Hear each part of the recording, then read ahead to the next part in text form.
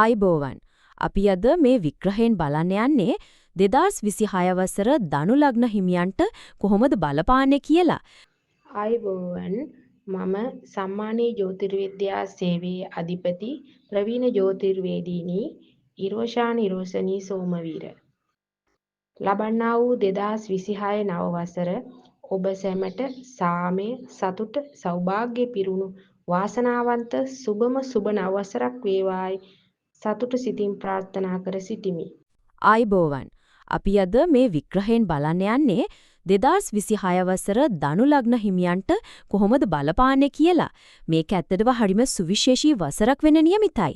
ඉතින් අපි බලමු මේ ග්‍රහ තත්ත්වයන් ධනු ලග්නයට මොන වගේ බලපෑමක්ද ගෙනෙන්නේ කියලා. හොඳයි. මුලින්ම අපි බලමු මේ අවුරුද්ද ධනු ලග්න හිමියන්ට දෙන ප්‍රධානම පොරොන්දු මොනවාද කියලා.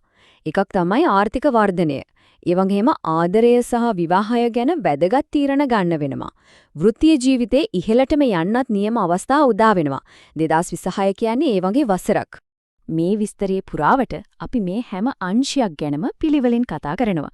වසරයේ සමස්ත තත්වයෙන් පටන් අරගෙන ආදරය, ආර්ථිකය, අධ්‍යාපනය වගේ හැම දෙයක් ගැනම කතා කරලා අවසානයේදී සාරාංශයකුත් බලමු. හරි. එහෙනම් අපි දැන් මේ ගැන ටිකක් ගැඹුරින් බලමු. අවුරුද්දක සමස්ත දැක්ම තීරණය වෙන්නේ ප්‍රධාන ග්‍රහ මාරු මතනේ. ඉතින් මේ ග්‍රහ පිහිටීම් තමයි මේ අවුරුද්දේ සිද්ධවන හැම දෙයකටම පදනම වෙන්නේ. ඔන්න බලන්න මෙතන තියෙන වැදගත්ම දත්ත ටික. විශේෂයෙන්ම ධනු ලග්න හිමියන්ගේ ලග්නාධිපති, ඒ කියන්නේ ගුරු ග්‍රහයා අවුරුද්දේ වැඩි කාලයක් ගමන් කරන්නේ 7, 8 සහ 9 කියන භාවවල. ඒකම ශනි 4, රාහු 3, කේතු 9 ඉන්නවෝ. ඉතින් මේ විශ්වීය මාරුවීම් තමයි අපි ඉස්සරහට කතා කරන පලාපලවලට පදලම වෙන්නේ. හරි. දැන් අපි යමුවෙමු ගොඩක් දෙනෙක් හරිම උනන්දුවෙන් බලාගෙන ඉන්න අංශයකට. ඒ තමයි ආදරය සහ විවාහය. 2026 කියන්නේ ධනු ලග්න හිමියන්ගේ පෞද්ගලික සමතතාවලට හරිම තීරණාත්මක අවුරුද්දක්. අවුරුද්ද පටන් ගනිද්දිම සුබ ආරංචියක් තියෙනවා. ජනවාරි 16 වෙනිදා සිකුරු ග්‍රහය ධනු ලග්නයේ දෙවන්නට එනවා. ඉදා ඉඳන් පෙබරවාරි 24 වෙනකන් කාලය ආදර සම්බන්ධතාවලට ඉතාම යහපත්. ඉතින් මේ කාලයෙන් උපරිම ප්‍රයෝජන ගන්න එක වැදගත්. ඉතින් මේ විශේෂ කාලෙදී මොනවද බලාපොරොත්තු වෙන්න පුළුවන්? දැනටමත් සබඳතාවයක ඉන්න කෙනෙක් නම් ඒක තවත් ශක්තිමත් කරගන්න පුළුවන්. සමහර විට පෞලෙන් තිබුණ විරෝධතා මග හැරිලා අනුමැතිය ලැබෙන්නත් ඉඩ තියෙනවා. ඒ වගේම තනිකඩව ඉන්න කෙනෙක්ට නව ආදර සම්බන්ධතාවක් පටන් ගන්නත් මේක නියමම කාලයක්. හැබැයි මෙතෙන්දී හරිම වැදගත් දෙයක් මතක තියාගන්න ඕන මේ සුබවාදී වාතාවරණෙත් තිබුණත් අපි පාවිච්චි කරන වචන ගැන හරිම සැලකිලිමත් වෙන්න ඕන. මොකද වචන නිසා සම්බන්ධතාවලට හානි වෙන්න පුළුවන්. ඒ නිසා කල්පනාකාරීව කටයුතු කරන එක අත්‍යවශ්‍යයි. දැන් අපි බලමු විවාහය ගැන. අවුරුද්දේ මුල් භාගයේ, ඒ කියන්නේ ජූනි 2 වෙනිදා වෙනකම් ලග්නාධිපති ගුරු ග්‍රහයා ඉන්නේ විවාහ ස්ථානයේ වුණු 7 වෙන්නේ. මේක මංගල යෝගයක්. ඒ නිසා විවාහ යෝජනා ගෙන්න, ඒ ගැන කතා බහ කරන්න මේක තමයි හොඳම කාලය. ජූනි 2 වෙනිදායින් පස්සේ ගුරු ග්‍රහයා 8 වෙනිදාට මාරු වෙනවා. අන්න ඒ කාලෙදී අලුත් විවාහ යෝජනාවලට වඩා තමන්ගේ තියෙන සම්බන්ධතා ගැන ගැඹුරින් හිතන්න, ඒවා විමසා බලන්න තමයි කාලය යොමු වෙන්නේ. ඒ නිසා වැදගත් තීරණ අවුරුද්දේ මුල් භාගයේදීම ගන්න එක නුවණට හුරුයි. හරි. දැන් අපි යොමු වෙමු වෘත්තීය සහ මූල්‍ය අංශයේ දිහාට. 2026 කියන්නේ ධනු ලග්න හිමියන්ට වර්ධනය වෙන්න, දියුණු වෙන්න විශාල අවස්ථා ගොඩක් උදා කරන අවුරුද්දක්. ආර්ථිකයේ පැත්තෙන් බැලුවම ආදායම් මාර්ගවල සුභවාදී වෙනසක් බලාපොරොත්තු වෙන්න පුළුවන්. ඒ වගේම සමහර විට අන්තිම කැමැති පත්‍රයකින් වඩා අනපේක්ෂිත විදියකට ධනලාභයක් ලැබෙන්න ඉඩ තියෙනවා. විශේෂයෙන්ම නොවැම්බර් 1 වෙනිදායින් පස්සේ ගුරු 9 වෙනිදාට මාරු වෙනවත් එක්කම විදේශ ආදායම් මාර්ග විවෘත වෙනවා, වාසනාව ආයත් ළඟා වෙනවා. හැබැයි මෙතන පොඩි අවවාදයක් තියෙනවා. ගුරු ග්‍රහයා 8 වෙනි ගමන් කරන කාලෙදී, ඒ කියන්නේ ජූනි 2 ඉඳන් නොවැම්බර් 1 වෙනකන් හිතුවේ නැති වියදම් ඇති වෙන්න පුළුවන්. ඉතින් ඒ කාලෙදී මූල්‍ය කටයුතු වලදී ටිකක් පරිස්සම් වෙන එක හොඳයි. රැකියාව පැත්තෙන් බැලුවොත් නම් මේක හරිම සුබවාදී අවුරුද්දක්. උසස්විම් බලාපොරොත්තු වෙන්න පුළුවන්, දරන මහන්සියට නියම ඇගීමක් ලැබෙනවා. රැකියාව සම්බන්ධව නීතිමය ප්‍රශ්නයක් තිබුණා නම් ඒකෙන් ජයග්‍රහණ අත් වෙනවා. ඒ වගේම විදේශ සම්බන්ධ රැකියාවල නිරත අයටත් මේක ඊටම හොඳ කාලයක්. දැන් අපි බලමු අධ්‍යාපනය සහ සෞඛ්‍ය ගැන.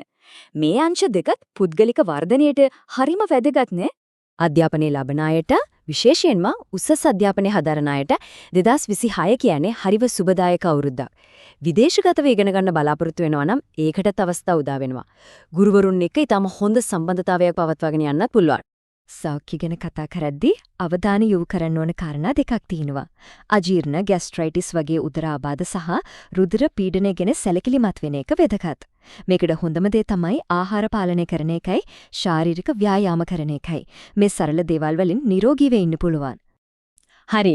එහෙනම් මේ අවුරුද්දේ සුබඵල උපරිම කරගන්න අපල තත්ත්වයන් අවම කරගන්න පුළුවන් සරල දේවල් ටිකක් ගැන දැන් කතා කරමු. ධනු ලග්නයේ ලග්නාධිපති ගුරු ග්‍රහයා නිසා ගුරු මන්ත්‍රය ජප කරන එකකින් ඊටාම සුබඵල ලැබෙනවා.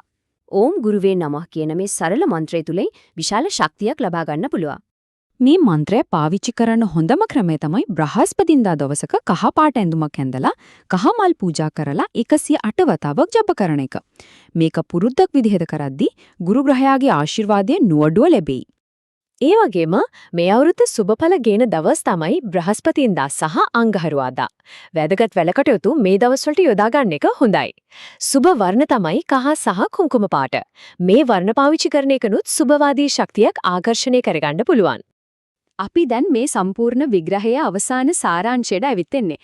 2026 වසර ධනු ලග්න හිමියන්ට ගෙන ප්‍රධානම පණිවිඩය මොකක්ද? ඉතින් තීරණාත්මකම කාරණේ මේකයි 2026 කියන්නේ ධනු ලග්න හිමියන්ට විවාහය, ආර්ථිකය සහ සමස්තයක් විදිහට වාසනාවතින් ඊටාම ඉහළ වර්ධනයක් අත්විඳින්න ලැබෙන අවුරුද්දක්. මේක ඇත්තටම ස්වර්ණමය අවස්ථාවක්. එසේනම් 2026 වසර ධනු ලග්න හිමියන්ගේ ජීවිතේ වාසනාවන්තම වසරක් බවට පත් කරගන්න කාලය ඇවිල්ලා. උදා වෙන අවස්ථා මග නොහැර ඒවයින් උපරිම ප්‍රයෝජන ගැනීමෙන් සුබවාදී අනාගතයක් උදා කරගන්න පුළුවන්.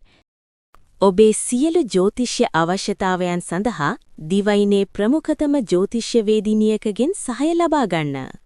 ප්‍රවීණ ජ්‍යොතිර්වේදිනී, වාස්තු විද්‍යා උපදේශිකා, ජ්‍යොතිර්විද්‍යා ගෞරව, මානව හිතවාදී, කීර්තිශ්‍රී දේශගෞරව, ජනරංජන, ජ්‍යොතිර්විද්‍යා විශාරද, ජනප්‍රසාදිනී දේශකීර්ති, WRA ඉරෝෂා නිරෝෂණී සෝමවීර, සම්මානී ජ්‍යොතිර්විද්‍යා සේවය අංක 305C කොස්සින්න ගණේමුල්ල. WhatsApp අංකය 070 248 682 5